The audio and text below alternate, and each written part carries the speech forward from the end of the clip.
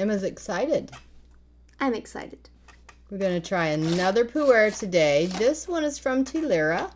What's it called?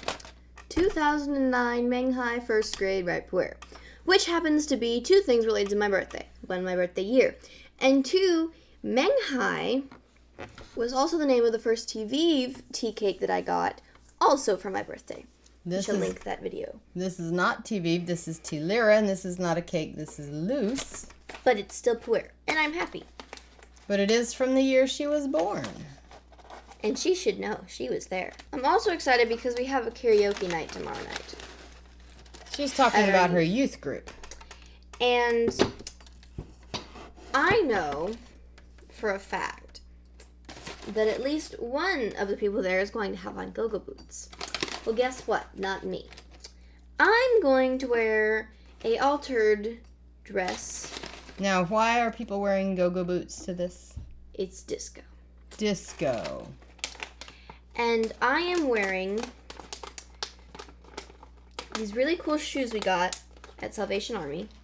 Ridiculous shoes, strictly for costume purposes. Like if gladiators were bedazzled and had really high heels. And also, bedazzling is when you put rhinestones on things for no good reason. And also, I have a white scarf, an orange and white dress that I'm going to wear because it's very bright and 70s-esque. Depending on the look, we may include a photo. I'm also going to make my hair really poofy and wear makeup. If you remember the disco era of the late 70s and early 80s, the dresses were floppy and bias cut. The hair was either large or very streamlined. The shoes were strappy and shiny. The fabric was shiny. Things had lace and bows. And, of course, in your disco dancing locations, there were disco balls with rotating colorful lights. Closest I got was a skating rink. Which I've also been to. Alrighty. Tea. Not overly strong. Smooth. I think I need more. This is not yet much. Developed. Not yet developed.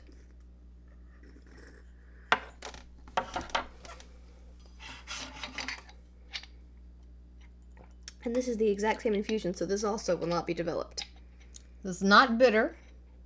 Not astringent. It's smooth. It's smooth.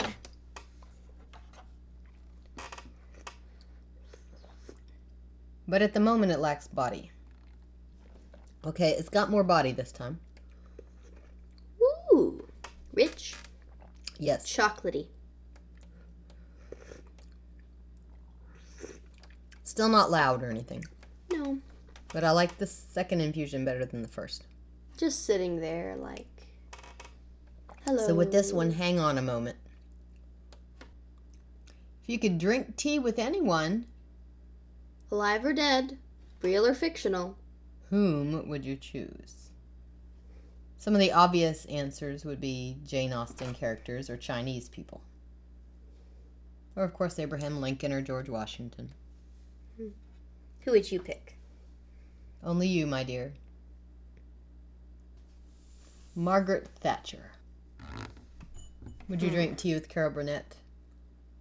Now that would be interesting. Professor McGonagall.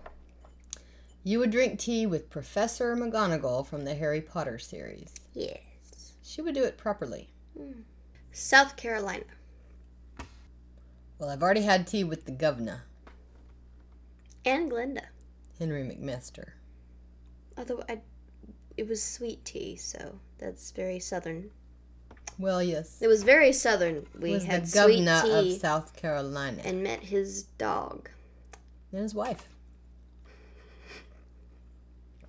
And went to their pool house. Mm-hmm. But we did not swim. And were slightly attacked by their dog. Greeted. We were greeted by the dog. What about who would you drink tea with from the inheritance cycle? Aragon and such. Yes. Those and such. Probably an elf. Seems like an elf would do it properly. Or, just sniff disdainfully at you.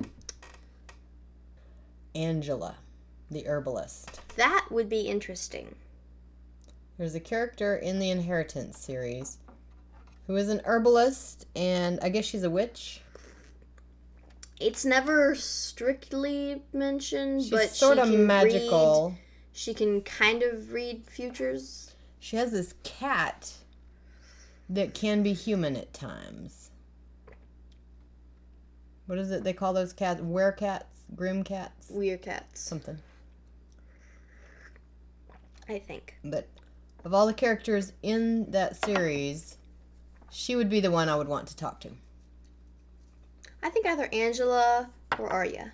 Do you have a favorite literary character with whom you would like to have tea?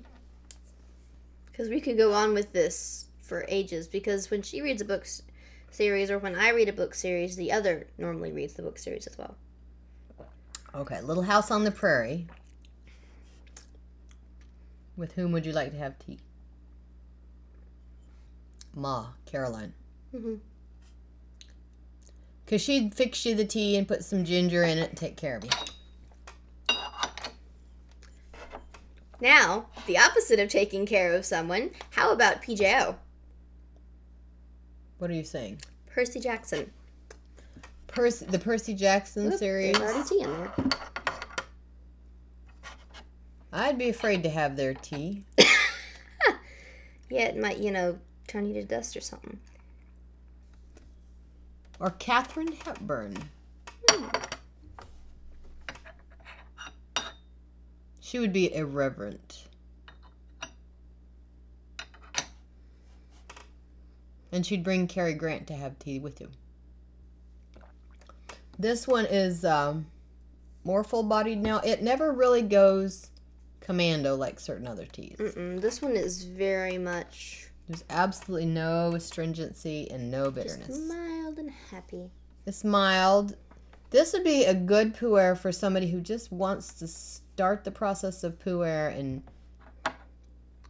is, a little bit worried about it. I would say give this tea to your cousin who hasn't had pu'er before. You got one of those? An idea. Has Katie had pu'er? Yes, and she thought it tasted like dirt. She might like this better. It's milder. It's a good beginner one. So until we see you again, Make sure to make time for a good book.